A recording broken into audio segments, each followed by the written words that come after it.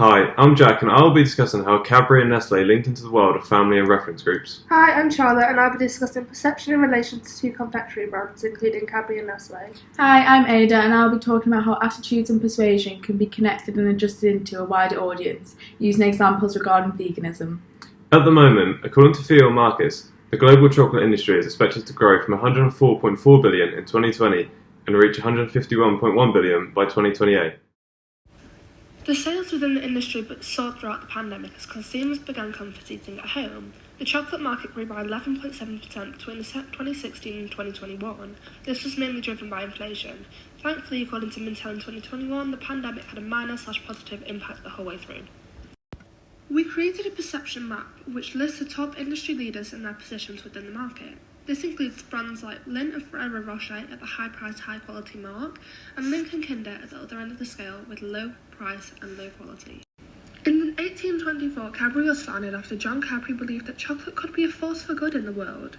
The company are known for their worldwide chocolate bars, but one which stands out more than the rest is the dairy milk. This was produced in 1906. According to Statista in 2020, an estimated 23.9 million people in Great Britain consumed one of these bars. Nestle perceive and position themselves as the good food, good life company. Their mission is to shape a better, healthier world. The history begins in 1866 when the Angelo Swiss Condensed Milk Company opened the first European condensed factory in Switzerland. Cadbury is one of the world's largest confectionery companies with emerging markets and a clear business strategy, suggested by Sec.gov. Cadbury's owner Mandela says it's increasing its UK market share after revealing strong figures for the first quarter. In 2018, Mars UK merged with the Wrigley Company to form Mars Wrigley Confectionery UK. Just a year later, Mars was recorded of having a 26.7% market share in the market, just second to the leader Mandela's with Cadbury, who had 34.4%. Over the next 5 years, Mintel have forecasted the chocolate confectionery market to grow by around 9%.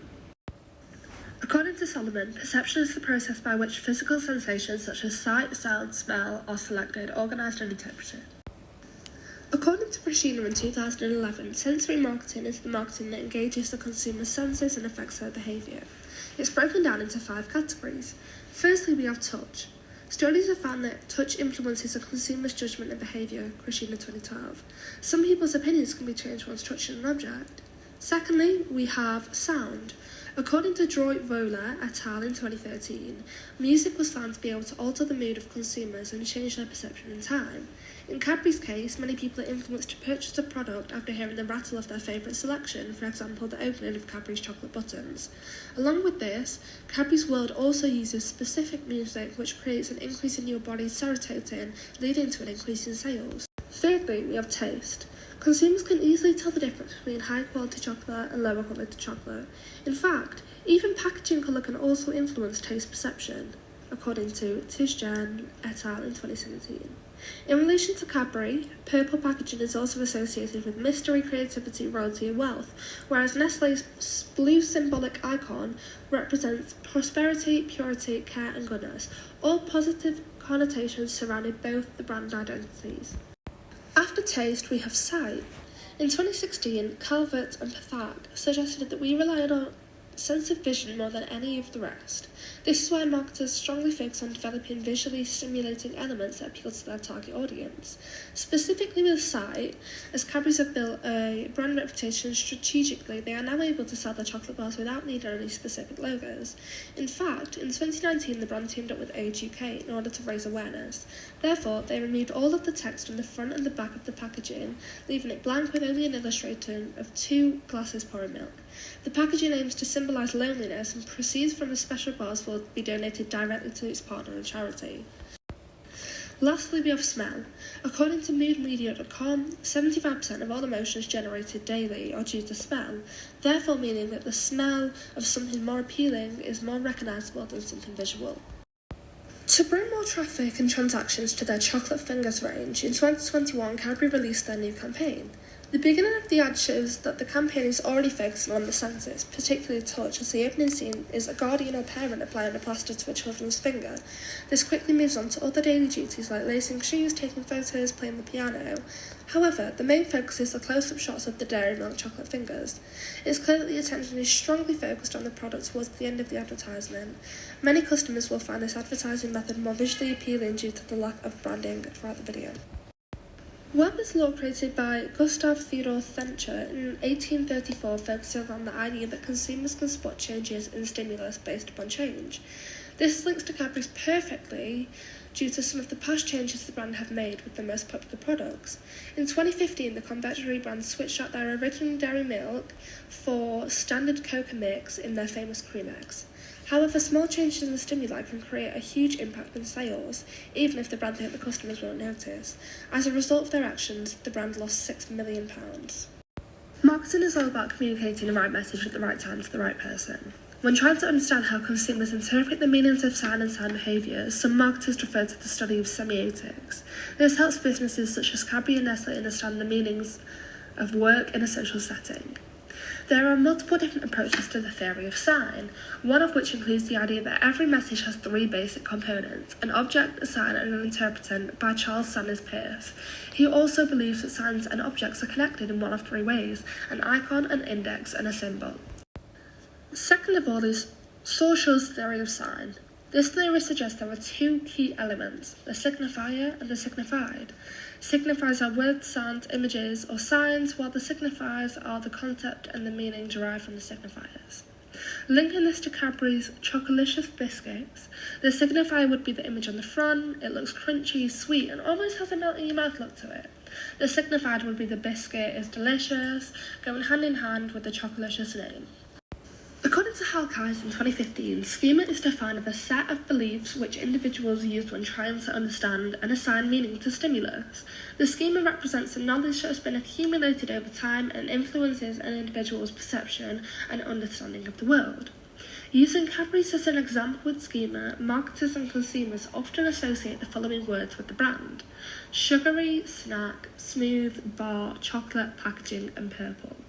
If you listed those words and asked a consumer to guess the brand, they would automatically suggest Cadbury's, as the confectionery provider has extremely strong brand attributes and values. However, somebody's schema could easily change depending on the experience they have with the brand. This also links to Nestle. Despite both of them being highly popular global companies, their schemas are completely different to each other. Some words we noted include cheap chocolate, Easter, hard textures, crunchy, bubbly, colourful, and red. The reason why we've listed cheap chocolate is because as marketers we perceive Nestle to link with Easter eggs. However, according to cadburyworld.co.uk, Cadbury dominates the market with more than a 50% market share, meaning that Nestle aren't top opted for despite being a cheaper market option. In our daily lives, we all get influenced by a variety of people while making our purchase decisions. Influencers like family and extended family, but also opinion leaders, can have a huge impact on the decision someone makes. A notable opinion leader is social media influencers, particularly YouTubers, who are able to share content to their subscribers and voice their opinions on a product which boosts brand awareness. Modern households comprise of many different types, unlike the traditional view of families. The most common household was once the extended family, which consisted of 3 generations living together, and often not only included the grandparents, but also aunts, uncles and cousins, which is still popular in Asia but not in Western society. After extended family, nuclear family became the modern family, which consisted of a mother, father and 1 or more children. However, this is no longer a realistic view of the modern family. Today, a family household is defined as a shared residence and common housekeeping arrangement. Different forms of family units have emerged in the last decade, such as one-person households, lone parent families, unmarried couples, and also multi-person households, such as professional sharing accommodations, reconstituted or blended families, and LGBT families. Marketers have a renewed interest in family life because many products and services are bought and consumed by family members within a family context, which influences their purchase decisions. Word-of-mouth communications can be described as a person-to-person communication, where the person who receives information regarding a product, brand, or service from a communicator perceives the information as non-commercial. The 2 types of word-of-mouth marketing are organic and amplified. Organic word-of-mouth occurs naturally, usually because of a consumer having a positive experience with the brand. For example, you may tell your friends about an exceptional dining experience you had at a new restaurant. According to Nielsen's global report in 2015, 83% of consumers say they completely or somewhat trust the recommendations of friends and family. But trust isn't confined only to those in our inner circle, as 66% say they trust consumers' opinions posted online. Amplified word of mouth occurs when it's orchestrated by the marketer. Marketers use the element of surprise to grab attention, using unconventional tactics such as guerrilla marketing in hopes that it will be compelling enough for consumers to distribute the message further. Due to the nature and scope of communication technologies today, it has become a catalyst for marketers to attempt amplified word of mouth through innovative marketing campaigns that attract and encourage individuals to spread the message on social media. An example of amplified word of mouth marketing was in 2012 when a chocolate tower several stories high, flowing with 12 tonnes of real Cadbury's milk chocolate, appeared in major shopping malls across the UK, including London's Westfield shopping centre. In the end, it was one of Cadbury's most successful and engaging campaigns to date, drawing record crowds to an event, with video content shared across all social medias, meaning the spectacle lived long in the memory of the 2.5 million people it reached. This campaign was less about increasing sales, but more about providing consumers with a unique experience that could increase loyalty to Cadbury and increase brand awareness. Cadbury and Nestle are two of the biggest confectionery companies and have used similar marketing techniques in order to become a home favourite. In Cadbury's Secret Santa advert, you see adults and children secretly placing a wrapped up chocolate confectionery so that it can be found by a loved one at Christmas time. The ad features a variety of Cadbury products and looks to encourage just because gifts giving within a variety of households, including nuclear families or lone parent families, as typically Christmas time is a period for spending time with loved ones. Nestle's Kit Kat Love Break advert is all about inviting young people to reconnect with those who make their breaks special and to share some joy and love on their way. The campaign was launched keeping in mind the upcoming occasion of Valentine's Day. On this special day, Kit Kat wants its customers to go beyond the traditional and regular way to express their love to their friends, online buddies, new neighbours and all those who bring a smile in their breaks. Nestle uses a modern view of households and includes unmarried couples and LGBT couples in this advert. Overall, both Cadbury and Nestle uses families to engage with consumers and drives a message of sharing love with those you care about. Attitude, according to Seisman and Pacini, is made up of what you think, feel and do. Attitudes are formed in many ways: conditioning, cognitive, processing or social influences. Value expressive function, meaning the drive to express important aspects of self to others through our actions as described by Katz, can serve as an important part of a customer's self-concept. For example, if they are vegan and buying chocolate from a well-known brand that now also represent their plant-based values. They gain identity through their purchases, choosing the chocolate brand of their choice. Cadbury, as a 200-year-old fully British confectionery multinational, is the public declaration of self, your ethics and your life philosophy. This enables the customer to be perceived in a certain way by the alignment to the brand. Katz's functional theory of attitudes has different functions that can help companies market to their target audience and understand the customer's attitudes toward a product. Cadbury are value expressive in their marketing strategies, as the brand express the attitudes that align with the consumer's central values or self-concept. They use this function well, selling their products on the basis of being a sustainable and honest company who really pride themselves in being environmentally vocal, with green initiatives leading the call on all non-plastic or foil chocolate packs. As you can see from their social media presence and landing pages of their site, Cadbury use emotional value, shouting loudly across all marketing presence their core principles of helping to save our planet, such as training their 175,000 cocoa farmers in environmentally positive farming methods with 100% sustainably sourced cocoa. It's inclusive and really helps the customers feel a strong connection to the message and the brand.